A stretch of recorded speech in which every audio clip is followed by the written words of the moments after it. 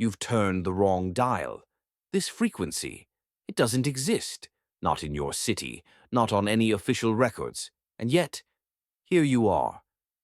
Welcome to AM Radio 666, where lost voices echo, the past never stays buried, and silence speaks louder than screams. Tonight's story comes from the blackest corners of darkness. Stay tuned, if you dare.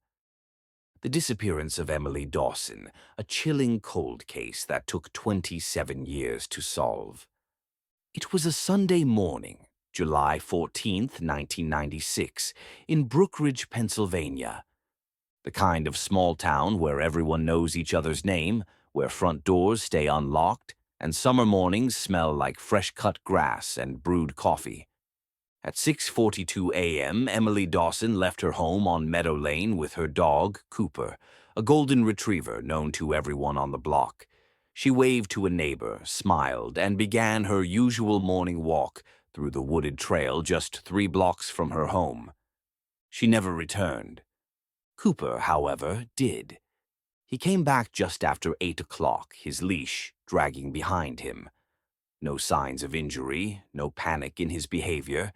He simply sat at the front door, scratching to be let in. Emily's roommate, Alyssa Monroe, immediately knew something was wrong. She called the police before 9 a.m., stating clearly, "Emily doesn't go anywhere without that dog." By noon, the local police had begun canvassing the area. Volunteers joined in. Helicopters buzzed over the woods by mid-afternoon. Nothing, no footprints, no torn clothing, no broken branches that would indicate a struggle. It was as if she had simply vanished. Her purse, car keys, and flip phone, typical for 1996, were all still at the house. No signs of forced entry, no suspicious activity logged. And then came the question everyone in town would whisper for years. What happened to Emily Dawson between 6:42 and 8 a.m.? Suspicion immediately fell on the last person to see her boyfriend of 2 years, David Lang. According to police reports, David claimed he was asleep at home and knew nothing until Alyssa called him that morning. But Alyssa noticed something strange when he arrived. David had visible scratches on his left arm and a torn watch band. He said it was from working on his car the night before. Police noted the injury, but without evidence, or a body, they couldn't hold him. The first 48 hours passed without a lead, and in Brookridge, Emily Dawson became more than a missing person. She became a ghost story. In the weeks following Emily Dawson's disappearance, Brookridge transformed. The peaceful suburb became a community on edge. Porch lights stayed on all night. Parents clutched their children tighter, and strangers were suddenly seen as suspects. Police logged over 200 tips in the first month alone. Each one led nowhere. One caller claimed to have seen Emily at a diner 2 towns over, alone, wearing a hoodie, eating breakfast. But when detectives reviewed the surveillance footage, it was clear. The woman only vaguely resembled Emily. Another tip came from a gas station clerk near the interstate who reported a woman was crying in the bathroom, barefoot, saying, "He's going to find me." That tip sent investigators racing down I-79, but by the time they arrived, the woman was gone. And the CCTV system at the station, it had malfunctioned the night before. Then came the most bizarre lead yet. A woman named Linda Carter, a self-described psychic, appeared at the police station one afternoon holding a mason jar filled with lake water.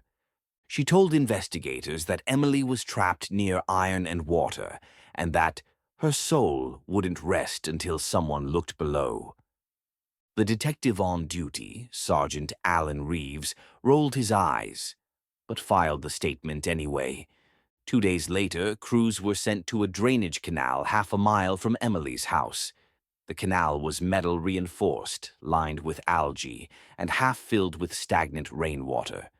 After hours of draining and digging, nothing was found, except for a single leather sandal, size 6, It matched Emily's size.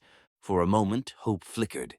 But when tested, the sandal's material showed exposure to the elements far longer than it had been since her disappearance. It was likely lost years earlier. Another dead end. As summer turned to fall, so did the town's interest. News stations moved on. Volunteers returned to their routines. Even Alyssa began packing her things, unable to live in a house full of questions. David Lang, once a regular at neighborhood barbecues, stopped showing his face altogether. Rumors swirled that he'd moved to Pittsburgh.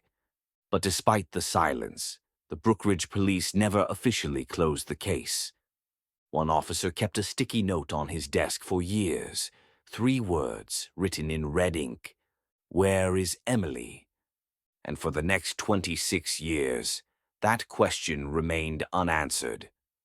It's 2022. A couple, Nathan and Leah, buys the Dawson house in Brookridge. It had been empty for years, listed cheap. Locals called it cursed.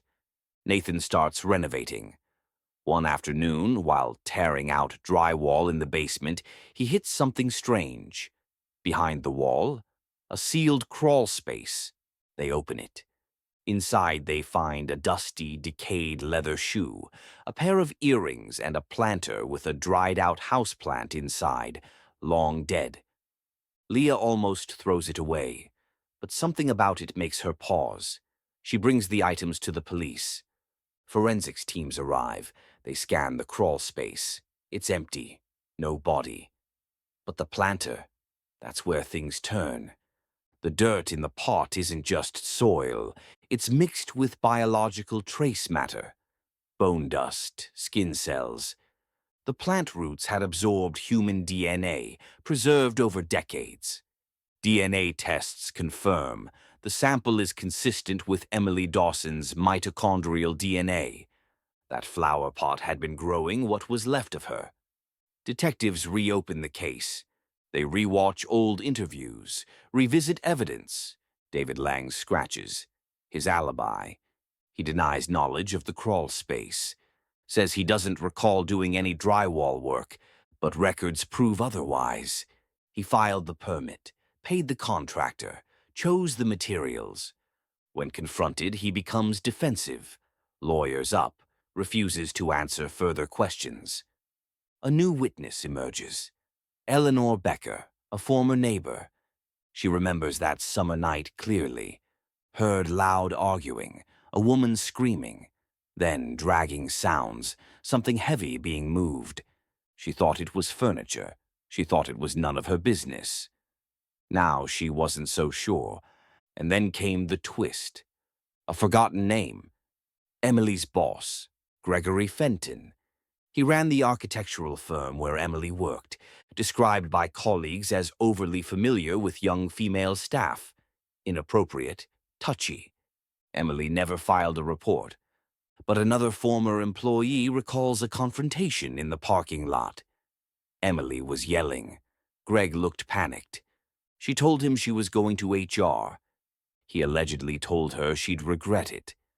Back then, Greg claimed he was out of town, but new phone records showed otherwise. His phone pinged near Emily's apartment the morning she disappeared.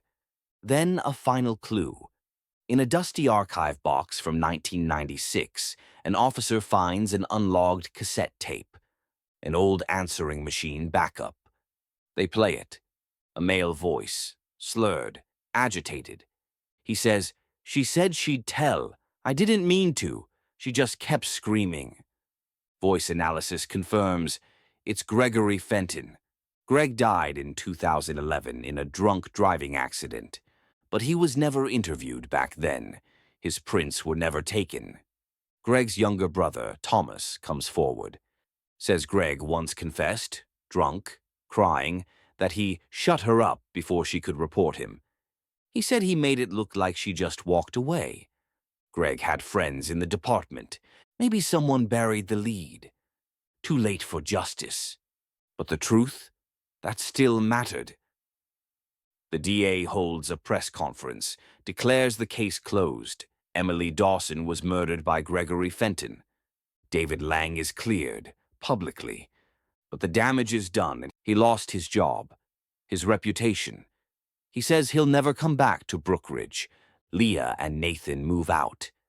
They can't bear the history. The house goes up for sale again. No one buys it. Emily's parents, now elderly, install a plaque near the trail where she vanished. It reads, "In memory of Emily, may she finally rest." They never recovered her body. No funeral, no goodbye, just a pot of dirt and a truth buried for decades. You've been listening to AM Radio 666. If the voices followed you out of this broadcast, don't worry. They usually stop by morning. Until next time, keep your dial tuned and don't let the silence get too loud.